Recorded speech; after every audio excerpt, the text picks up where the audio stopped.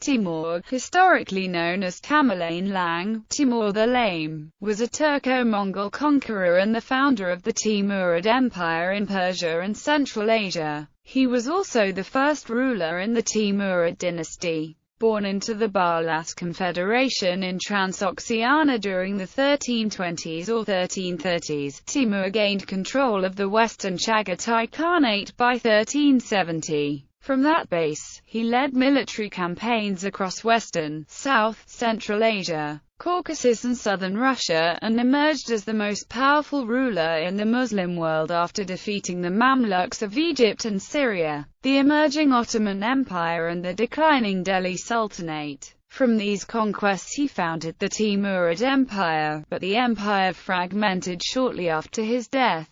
Timur is considered the last of the great nomadic conquerors of the Eurasian steppe, and his empire set the stage for the rise of the more structured and lasting gunpowder empires in the 1500s and 1600s. Timur envisioned the restoration of the Mongol Empire of Genghis Khan. In his formal correspondence, Timur continued throughout his life as the restorer of Chingashid rights. He even justified his Iranian, Mamluk and Ottoman campaigns as a reimposition of legitimate Mongol control over lands taken by usurpers, as a means of legitimating his conquests. Timur relied on Islamic symbols and language, referring to himself as the Sword of Islam, and patronizing educational and religious institutions. He converted nearly all the Borjigin leaders to Islam during his lifetime. Timur, a non-Chingashid, tried to build a double legitimacy based on his role as both guardian and restorer of the Mongol Empire. Timur also decisively defeated the Christian Knights Hospitaller at Smyrna, styling himself a Ghazi. By the end of his reign, Timur had gained complete control over all the remnants of the Chagatai Khanate, Ilkhanate, and Golden Horde, and even attempted to restore the Yuan dynasty. Timur's armies were inclusively multi-ethnic and were feared throughout Asia, Africa, and Europe, sizable parts of which were laid waste by his campaigns. Scholars estimate that his military campaigns caused the deaths of 17 million people, amounting to about 5% of the world population. He was the grandfather of the renowned Timurid Sultan, astronomer and mathematician Ulugh, who ruled Central Asia from 1411 to 1449, and the great-great-great-grandfather of Babur, founder of the Mughal Empire, which ruled parts of South Asia for over 3 centuries. From 1526 until 1857, Timur is also recognized as a great patron of art and architecture, as he interacted with Muslim intellectuals such as Ibn Khaldun and Hafiz Iabru. Early life. Timur was born in Transoxiana near the city of Kesh, some 80 kilometers south of Samarkand, part of what was then the Chagatai Khanate. His father, Tariq, was a minor noble of the Barlas, who were Mongols that had been Turkified. According to Gerard Chaland, Timur was a Muslim, and he saw himself as Genghis Khan's heir. Though not a Borjigid or a descendant of Genghis Khan, he clearly sought to invoke the legacy of Genghis Khan's conquests during his lifetime. His name Timur means iron in Old Turkic languages. Both Timur and Demir are popular male names in Turkey today. Later Timurid dynastic histories claim that he was born on April 8, 1336, but most sources from his lifetime give ages that are consistent with a birth date in the late 1320s. Historian Beatrice Forbesman suspects the 1336 date was an invention designed to tie Timur to the legacy of Abu Sa'id Bahadur Khan. The last ruler of the Ilkhanate descended from Hulagu Khan, who died in that year. At the age of 8 or 9, Timur and his mother and brothers were carried as prisoners to Samarkand by an invading Mongol army. In his childhood, Timur and a small band of followers raided travelers for goods, especially animals such as sheep, horses, and cattle. In around 1363, it is believed that Timur tried to steal a sheep from a shepherd but was shot by 2 arrows, one in his right leg and another in his right hand, where he lost 2 fingers. Both injuries crippled him for life. Some believe that Timur suffered his crippling injuries while serving as a mercenary to the Khan of Sistan in Khorasan in what is today the Dashti Margo in southwest Afghanistan. Timur's injuries have given him the names of Timur the Lame and Tamerlane by Europeans. Timur was a Muslim, possibly belonging to the Naqshbandi school of Sufism, which was influential in Transoxiana. However, his chief official religious counselor and advisor was the Hanafi scholar, Abdu el-Jabbar Khwarazmi. In Tiamat, he had come under the influence of his spiritual mentor Saeed Baraka, a leader from Balkh who is buried alongside Timur in Gur-Irmir. Timur was known to hold Ali and the Ahl al-Bayt in high regard and has been noted by various scholars for his pro-Alid stance. Despite this, Timur was noted for attacking the Shia with Sunni apologism. Personality. Timur is regarded as a military genius and a tactician, with an uncanny ability to work within a highly fluid political structure to win and maintain a loyal following of nomads during his rule in Central Asia. He was also considered extraordinarily intelligent, not only intuitively but also intellectually. In Samarkand and his many travels, Timur, under the guidance of distinguished scholars, was able to learn the Persian, Mongolian, and Turkic languages. More importantly, Timur was characterized as an opportunist, taking advantage of his Turco-Mongolian heritage. Timur frequently used either the Islamic religion or the law and traditions of the Mongol Empire to achieve his military goals or domestic political aims. Military leader. In about 1360, Timur gained prominence as a military leader whose troops were mostly Turkic tribesmen of the region. He took part in campaigns in Transoxiana with the Khan of the Chagatai Khanate. His career for the next 10 or 11 years may be thus briefly summarized from the memoirs. Allying himself both in cause and by family connection with Kurgan, the dethroner and destroyer of Volga Bulgaria, he was to invade Khorasan at the head of 1,000 horsemen. This was the second military expedition that he led, and its success led to further operations, among them the subjugation of Khwarezm and Urgench. Following Kurgan's murder, disputes arose among the many claimants to sovereign power. This infighting was halted by the invasion of the energetic Tuflu Timur of Kashgar, another descendant of Genghis Khan. Timur was dispatched on a mission to the invaders' camp, which resulted in his own appointment to the head of his own tribe, the Barlas, in place of its former leader, Haji Beg. The exigencies of Timur's quasi-sovereign position compelled him to have recourse to his formidable patron, whose reappearance on the banks of the Siadaya created a consternation not easily allayed. One of Tufluf's sons was entrusted with the Barlas's territory, along with the rest of Transoxian, but he was defeated in battle by the bold warrior he had replaced, at the head of a numerically inferior force.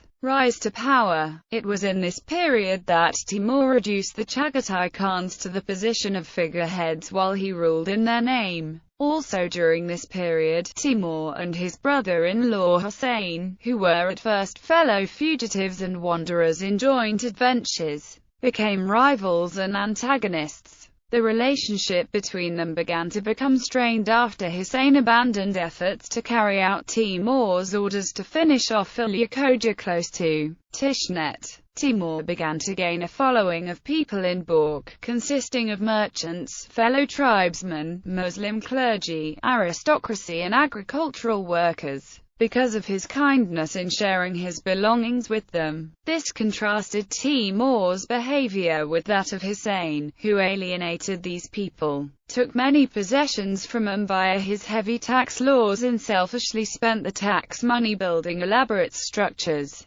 At around 1370, Hussein surrendered to Timur and was later assassinated, which allowed Timur to be formally proclaimed sovereign at Balkh. He married Hussein's wife Sarai Mulk Khanum, a descendant of Genghis Khan, allowing him to become imperial ruler of the Chagatai tribe. One day Aksak Timur spoke thusly: Khan Zuday rules over the city. "We now number 50 to 60 men, so let us elect a leader." So they drove a stake into the ground and said, "We shall run thither, and he among us who is the first to reach the stake, may he become our leader." So they ran, and Timur, as he was lame, lagged behind, but before the others reached the stake he threw his cap onto it. Those who arrived first said, "We are the leaders," but Timur said, "My head came in first, I am the leader." Meanwhile, an old man arrived and said, "The leadership should belong to Timur. Your feet have arrived." But before then, his head reached the goal, so they made Timur their prince. Legitimization of Timur's rule. Timur's Turco-Mongolian heritage provided opportunities and challenges as he sought to rule the Mongol Empire and the Muslim world. According to the Mongol traditions, Timur could not claim the title of Khan or rule the Mongol Empire because he was not a descendant of Genghis Khan. Therefore, Timur set up a puppet Chagatai Khan, Suyagatmish, as the nominal ruler of Balkh. He pretended to act as a protector of the member of a Chingashid line, that of Genghis Khan's eldest son, Jochi. As a result, Timur never used the title of Khan because the name Khan could only be used by those who come from the same lineage as Genghis Khan himself. Timur instead used the title of Emir, meaning general, and acting in the name of the Chagatai ruler of Transoxania. To reinforce his position in the Mongol Empire, Timur managed to acquire the royal title of son-in-law when he married a princess of Chingashid descent. Likewise, Timur could not claim the supreme title of the Islamic world Caliph, because the office was limited to the Quraysh, the tribe of the Prophet Muhammad. Therefore, Timur reacted to the challenge by creating a myth and image of himself as of supernatural personal power, ordained by God. Since Timur had a successful career as a conqueror, it was easy to justify his rule as ordained and favored by God, since no ordinary man could be a possessor of such good fortune that resistance would be seen as opposing the will of God. Moreover, the Islamic notion that military and political success was the result of Allah's favor had long been successfully exploited by earlier rulers. Therefore, Timur's assertions would not have seemed unbelievable to fellow Islamic people. Period of expansion. Timur spent the next 35 years in various wars and expeditions. He not only consolidated his rule at home by the subjugation of his foes, but sought extension of territory by encroachments upon the lands of foreign potentates. His conquests to the west and northwest led him to the lands near the Caspian Sea and to the banks of the Ural and the Volga. Conquests in the south and southwest encompassed almost every province in Persia, including Baghdad, Kabul and northern Iraq. One of the most formidable of Timur's opponents was another Mongol ruler, a descendant of Genghis Khan named Tokhtamysh. After having been a refugee in Timur's court, Tokhtamysh became ruler both of the Eastern Kipchak and the Golden Horde. After his accession, he quarreled with Timur over the possession of Khwarezm in Azerbaijan. However, Timur still supported him against the Russians, and in 1382 Tokhtamysh invaded the Muscovite dominion and burned Moscow. Conquest of Persia. After the death of Abu Sa'id, ruler of the Ilkhanate, in 1335, there was a power vacuum in Persia. In the end, Persia was split amongst the Muzaffarids, Kartids, Eretnids, Chobanids, Injuids, Jalayirids, and Sarbadas. In 1383, Timur started the military conquest of Persia, though he already much of Persian Khorasan by 1381 after Khwaja Masud, of the Sarbada dynasty surrendered. Timur began his lengthy Persian campaign with Herat, capital of the Kartide dynasty. When Herat did not surrender to him, he reduced the city to rubble and massacred most of its citizens. It remained in ruins until Shahrukh Mirza ordered its reconstruction. Timur then sent a general to capture rebellious Kandahar. With the capture of Herat, the Kartide kingdom surrendered and became vassals of Timur, but would later be annexed in 1389 by Timur's son Miranshah. He then headed west to capture the Zagros Mountains. To do this he passed through Mazandaran, During his travel through the north of Persia, captured the then town of Tehran, who surrendered and were thus treated mercifully. He then held siege to Sultaniya in 1384, but Khorasan revolted 1 year later, so Timur destroyed Isfahan and the prisoners were cemented into the walls alive. The next year the kingdom of Sistan, under the Myrabanid dynasty, was ravaged, and its capital at Zaranj was destroyed. Timur then returned to his capital of Samarkand where he began planning for his Georgian campaign and Golden Horde invasion. In 1386 he passed through Mazandaran as he had when trying to capture the Zagros. He went near the city of Sultaniya which he previously captured but instead turned north to Tabriz where he captured it with little resistance along with Maraha. He then ordered heavy taxation to the people which was collected by Adil Aqa who was also given control over Sultaniya. But Adil was executed because Timur suspected corruption in him. He then went north to begin his Georgian and Golden Horde campaigns, pausing his full-scale invasion of Persia. When he returned from these two campaigns he found his generals did well and protected the cities and lands he conquered in Persia, though many rebelled, and his son Miran Shah, who may have been regent, was forced to annex rebellious vassal dynasties. His holdings remained. So he went on to capture the rest of Persia, specifically the two major southern cities of Isfahan and Shiraz. When Timur arrived with his army to Isfahan, it immediately surrendered to Timur in 1387. He treated it with relative mercy as he normally did with cities that surrendered. However, after Isfahan revolted against Timur's taxes by killing the tax collectors and some of Timur's soldiers, Timur ordered the massacre of the city's citizens. The death toll is reckoned at between 100,000 and 200,000. An eyewitness counted more than 28 towers constructed of about 1,500 heads each. This has been described as a systematic use of terror against towns, an integral element of Tamerlane's strategic element, which he viewed as preventing bloodshed by discouraging resistance. His massacres were selective and he spared the artistic and educated. This would later influence the next great Persian conqueror, Nader Shah. Timur then began a 5-year campaign to the west in 1392, attacking Persian Kurdistan. After that in 1393, Shiraz was captured after it surrendered and the Muzaffarids became vassals to Timur. Though Prince Shah Mansur rebelled but was defeated and the Muzaffarids were annexed. Shortly after, Georgia was devastated so that the Golden Horde could not use it to threaten northern Iran. In the same year Timur caught Baghdad by surprise in August by marching there in only 8 days from Shiraz.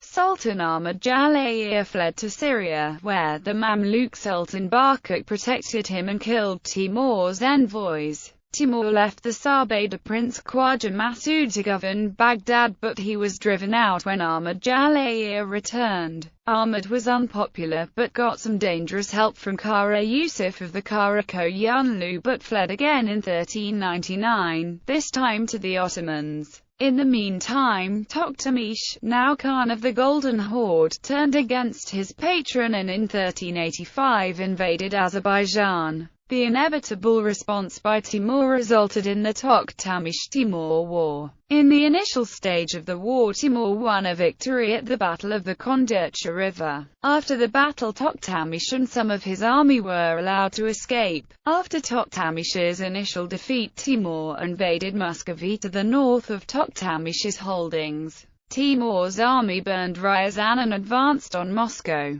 He was pulled away before reaching the Oka River by Toktamish's renewed campaign in the south. In the first phase of the conflict with Toktamish, Timur led an army of over 100,000 men north for more than 700 miles into the steppe. He then rode west about 1,000 miles, advancing in a front more than 10 miles wide. During this advance, Timur's army got far enough north to be in a region of very long summer days, causing complaints by his Muslim soldiers about keeping a long schedule of prayers. It was then that Toktamish's army was boxed in against the east bank of the Volga River in the Orenburg region and destroyed at the Battle of the Kondircha River. It was in the second phase of the conflict that Timur took a different route against the enemy by invading the realm of Toktamish via the Caucasus region. The year 1395 saw the Battle of the Terek River concluding the titanic struggle between the two monarchs. Toktamish was not able to restore his power or prestige. He was killed about a decade after the Terek River battle in the area of present-day Tyumen. During the course of Timur's campaigns, his army destroyed Sarai, the capital of the Golden Horde, and Astrakhan, subsequently disrupting the Golden Horde's Silk Road. The Golden Horde no longer held power after the coming of Timur. In May 1393, Timur's army invaded the Anjudan. This crippled the Ismaili village only 1 year after his assault on the Ismailis in Mazandaran. The village was prepared for the attack. This is evidenced by it containing a fortress and a system of underground tunnels. Undeterred, Timur's soldiers flooded the tunnels by cutting into a channel overhead. Timur's reasons for attacking this village are not yet well understood. However, it has been suggested that his religious persuasions and view of himself as an executor of divine will may have contributed to his motivations. The Persian historian Kandemir explains that an Ismaili presence was growing more politically powerful in Persian Iraq. A group of locals in the region was dissatisfied with this, and Kandemir writes, these locals assembled and brought up their complaint with Timur, possibly provoking his attack on the Ismailis there.